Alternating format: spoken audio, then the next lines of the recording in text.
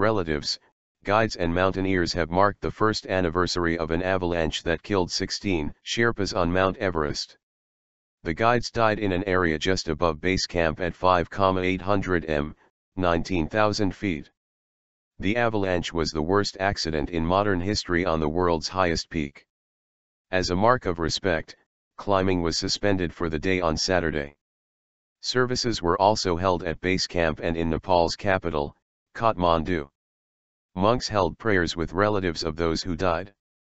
One of the victims was Ang Kaji Sherpa, a single father of 5. His daughter, Chhechi Sherpa, said, "There is a vacuum in our family, no one to guide or scold us. We are on our own."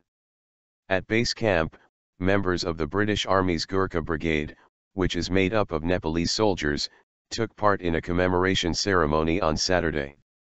This year marks the 200th anniversary of the founding of the brigade, and the British Army is aiming to help a serving Gurkha soldier to reach Everest's summit. The accident took place in the Kathmandu icefall, a portion of ragged glacial ice that can flow at more than a meter, 3 feet, a day. It is one of the first major obstacles that Everest climbers encounter.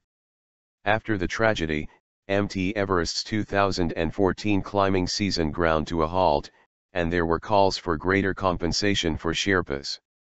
Nepal's Mountaineering Association says Sherpas' pay and welfare have since improved and weather forecasts are now more detailed. The route up Everest has also been altered. But Sherpas are demanding that helicopters be allowed to carry equipment part of the way up the mountain to limit the number of dangerous trips they must undertake. It is a move Nepalese climbing operators have so far resisted. A BBC reporter at base camp says there are 300 climbers there waiting to launch a bid for the summit.